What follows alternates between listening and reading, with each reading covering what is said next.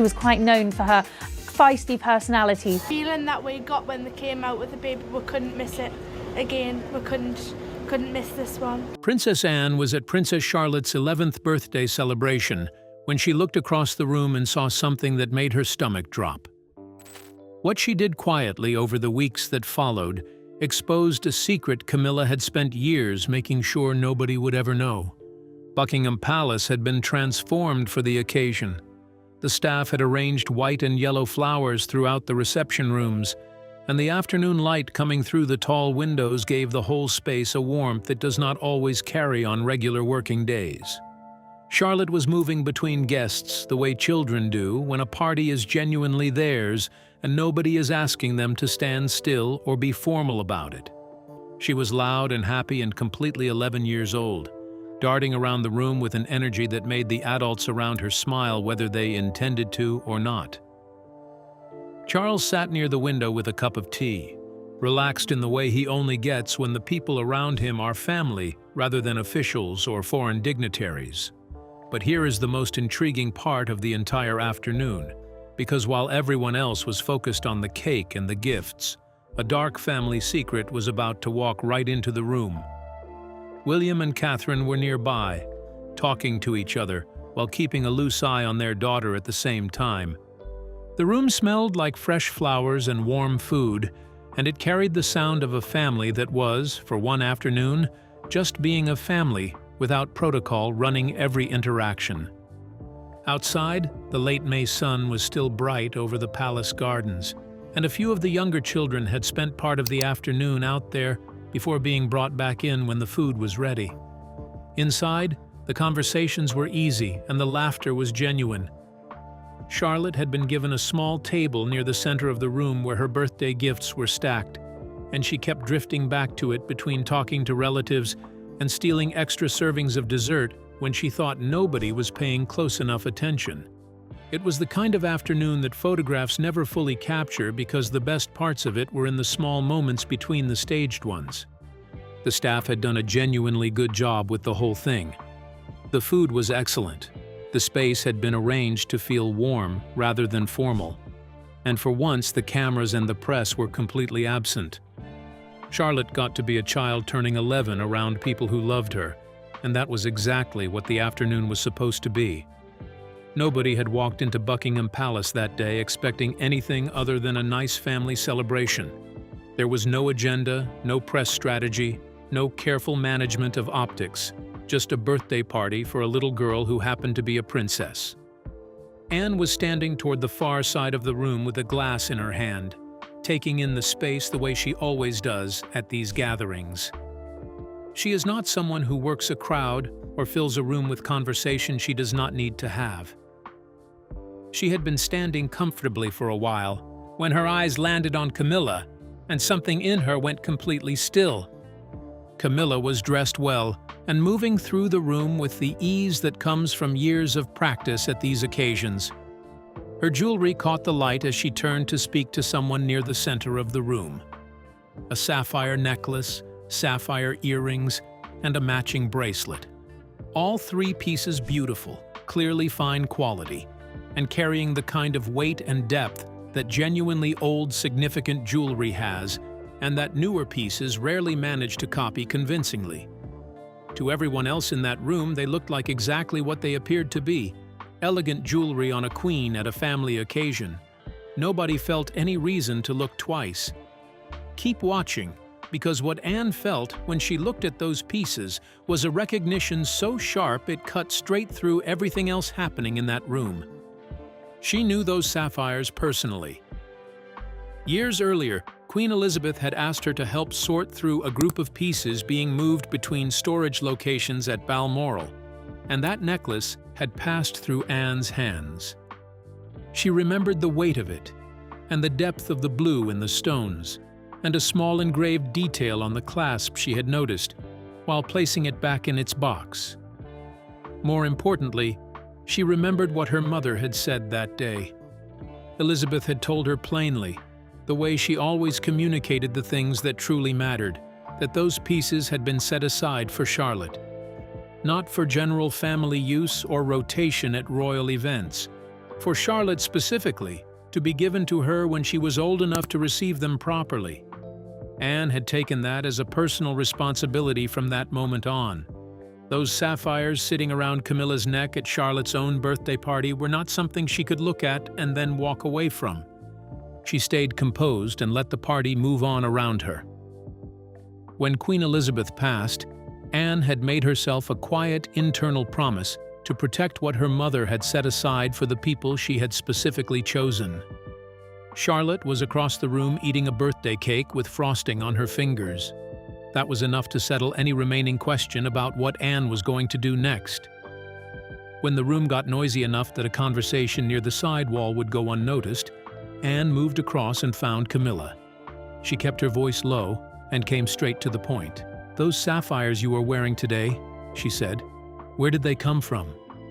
Camilla looked at her without any sign of being caught off guard and explained that the pieces were custom-made, commissioned from a designer who drew on classic royal jewelry styles for inspiration, and that there was absolutely nothing unusual about them. She was smooth and completely calm about the whole thing. Anne listened, asked a couple of short follow-up questions, thanked her, and moved away.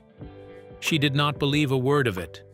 The explanation had been delivered too cleanly, too quickly, and with the kind of confidence that does not come from someone who has nothing to hide, but from someone who has thought very carefully about what they are going to say if this exact question ever comes up. A designer working from classic royal inspiration would not produce pieces that match the actual items from the collection down to the specific depth of color in the stones and the weight of the setting. That was not inspiration. That was a duplication. Anne knew the difference, and Camilla knew that she knew it, which meant the smoothness of that denial was not reassurance. It was a signal that whatever was happening had been planned well enough to include a prepared answer for anyone who came asking.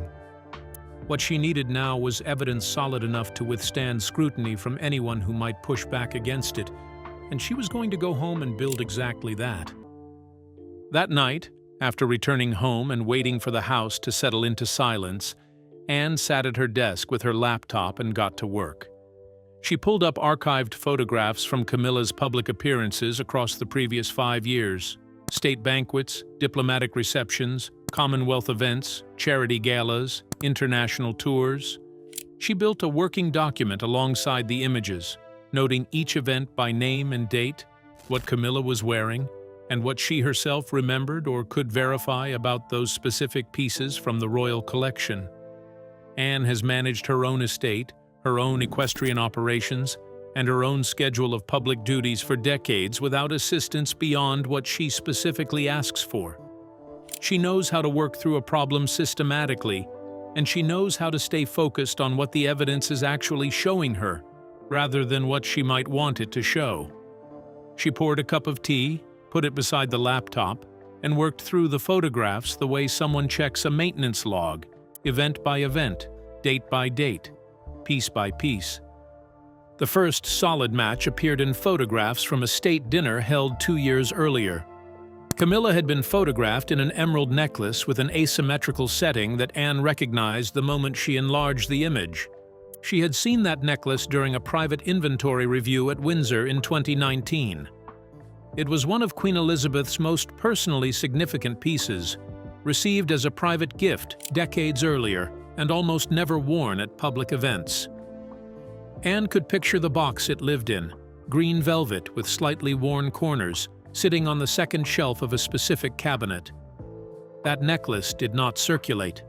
It did not move without a clear documented reason and clear documented authorization. Seeing it at a formal state dinner was not a coincidence. The second match came from an international reception 18 months before Charlotte's party.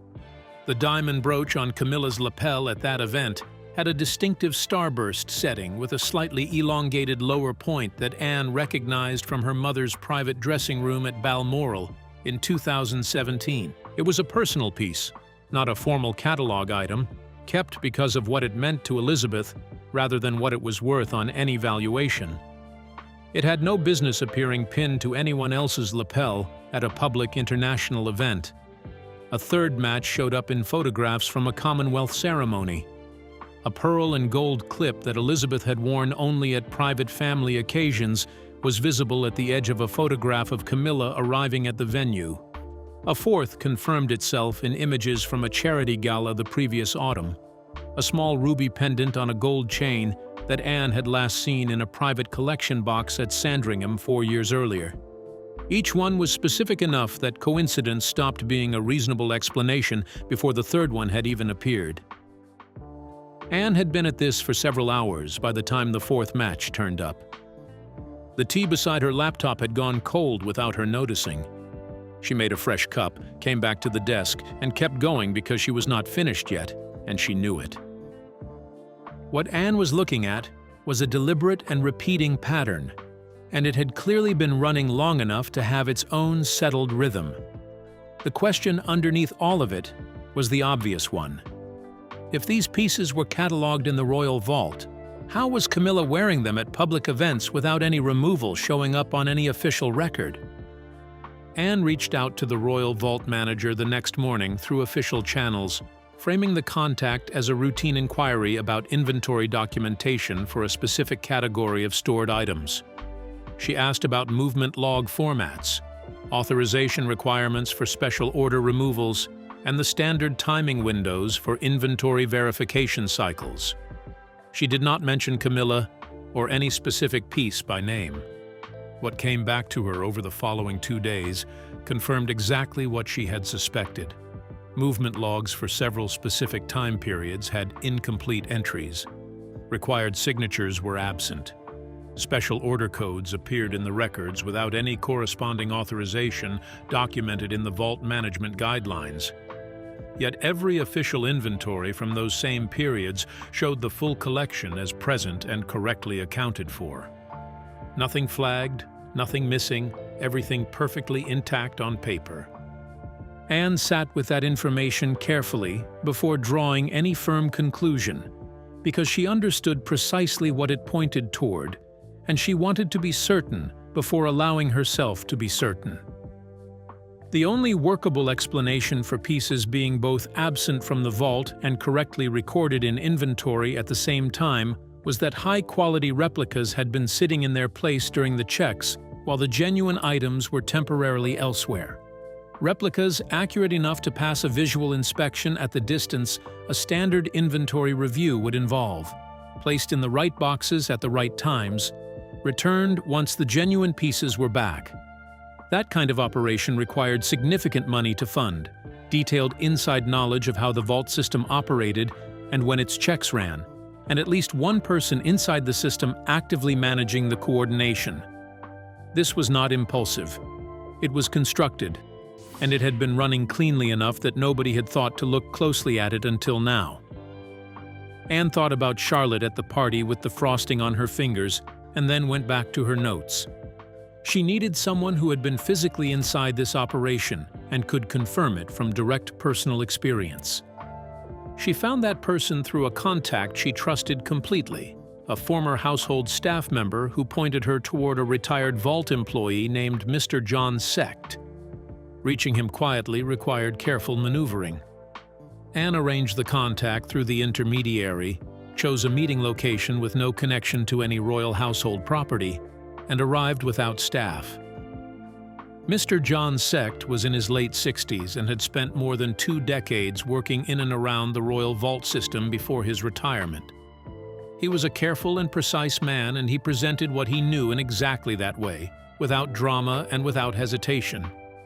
He had spent his retirement quietly, and he had not spoken about any of this to anyone since leaving his position. The decision to speak now had not come easily to him. He told Anne that he had thought about it for a long time, and that the only reason he was sitting across from her that afternoon was because she had come to him honestly and without pressure, and had been straightforward about what she was trying to understand and why. He respected that enough to be straightforward in return.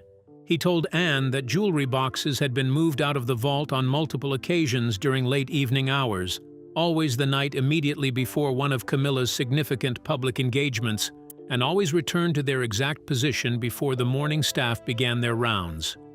The atmosphere among the staff members who were aware of the arrangement was one of enforced silence. Nobody asked questions and nobody offered information that had not been specifically requested. The financial incentives attached to that silence were communicated clearly enough that nobody needed them spelled out explicitly. He confirmed that the vault manager had been directly involved in timing each removal to ensure it never overlapped with a scheduled inventory check. The boxes were always back before anyone came to look, he told Anne. That was how it worked, every single time without exception. Anne asked focused and specific questions all the way through and offered nothing in return except honesty about what she was trying to establish and why.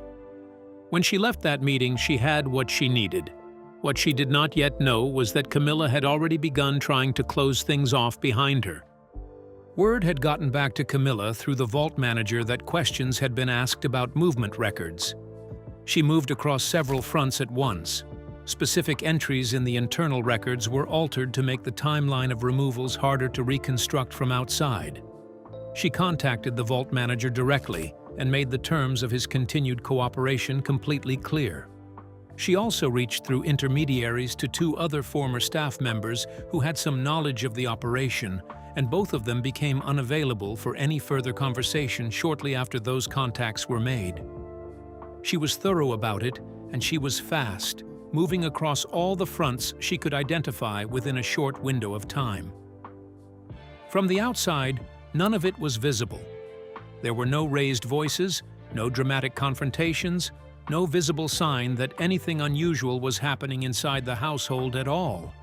It was the kind of quiet, managed pressure that only works when the person applying it controls enough of the surrounding environment to make the exits disappear before anyone realizes they were looking for one. What she had not factored in was that Anne had already finished gathering everything she needed from the Mr. John sect before a single one of those exits was sealed. Anne reached out to Camilla and suggested a private meeting at Balmoral, framing it as a chance to deal with a personal matter between the 2 of them before it required more people to become involved. Camilla accepted the invitation. Anne chose the meeting room deliberately, away from main staff movement areas and far enough from the common rooms that a raised voice would not carry through the walls. Her phone was in her jacket pocket with the recording running before Camilla walked through the door. Anne opened her folder and went through everything methodically. The specific events and specific pieces, the vault removal dates lined up against Camilla's public schedule, the incomplete authorization records and missing signatures, and what Mr. John Sect had described from his own experience inside the operation. She presented all of it in plain language, without raising her voice or adding theatrical weight to any of it. The room was quiet enough that every word landed clearly. There was no background noise and no interruption, and nothing to soften the weight of what was being laid out across the table.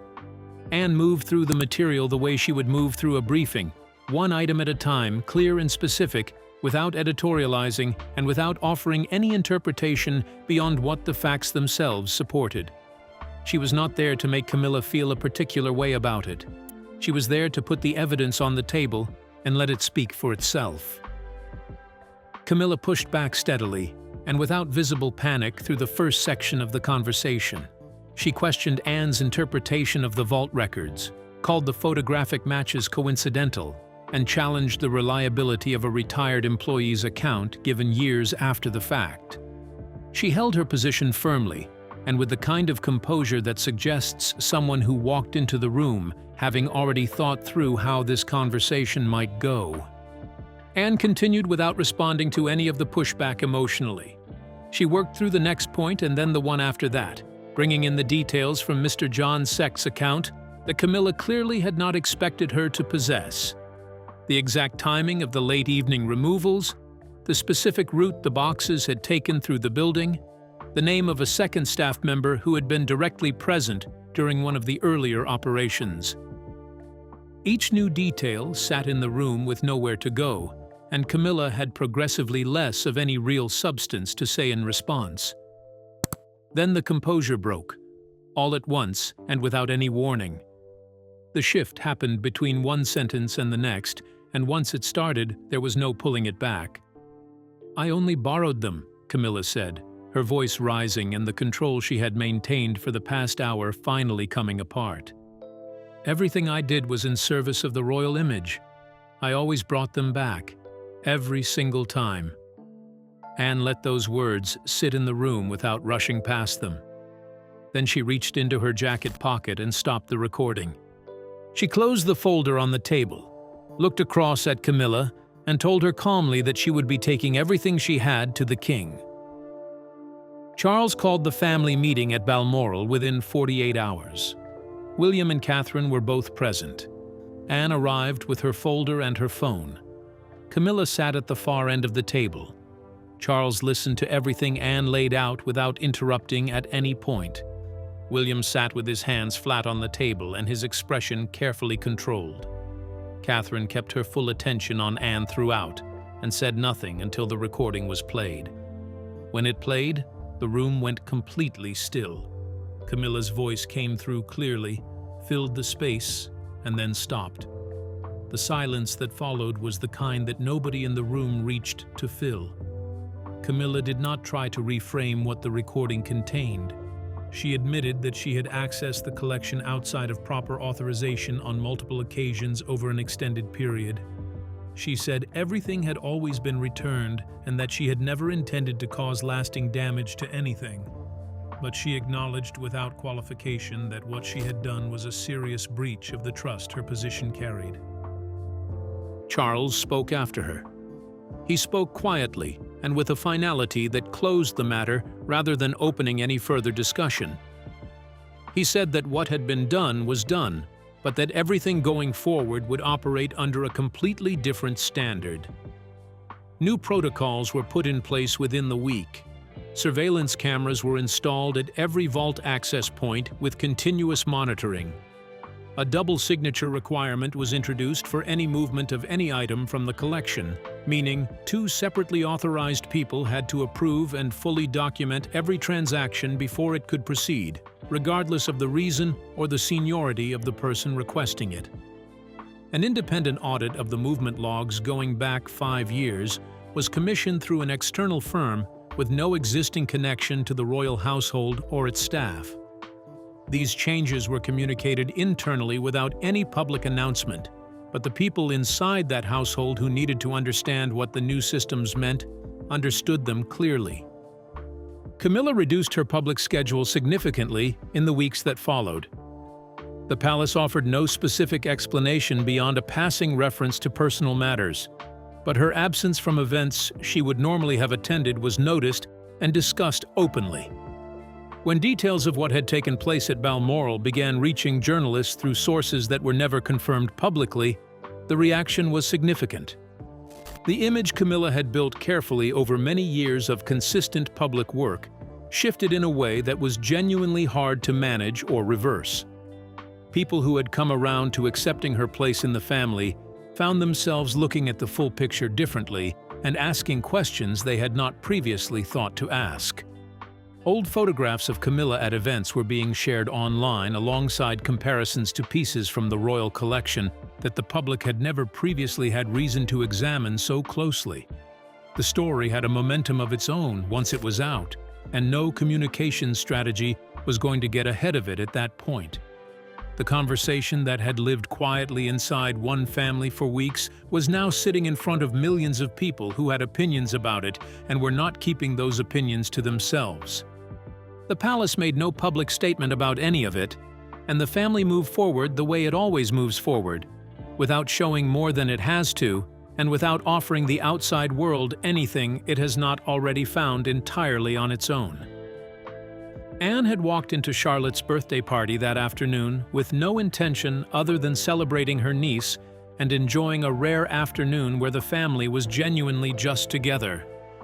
She had seen something wrong, gone home, and dealt with it the way she deals with everything, carefully, thoroughly, and without making it about herself at any point. She did not speak to the press, and she did not share what she had found outside the family. She built the case, brought it when it was solid, said what needed to be said in the room where it needed to be said, and went back to her life. She has been doing public service since she was a teenager, and she has never once done it for the recognition. She represents the kind of royal the institution quietly depends on, but rarely puts at the center of its own story. Someone who keeps going without the applause. That is simply the kind of person she has always been, and it is not something she learned from anyone other than her mother. So, if you had been in that room and seen what Anne saw, would you have had the patience to handle it the way she did? To stay calm at the party, go home, put the evidence together piece by piece, and follow it all the way through, knowing the cost it might carry for the people around you? Drop your answer in the comments below. If you enjoyed this video, make sure to like, share, and subscribe to the channel for more. And click on the next video on your screen right now. You are going to enjoy it.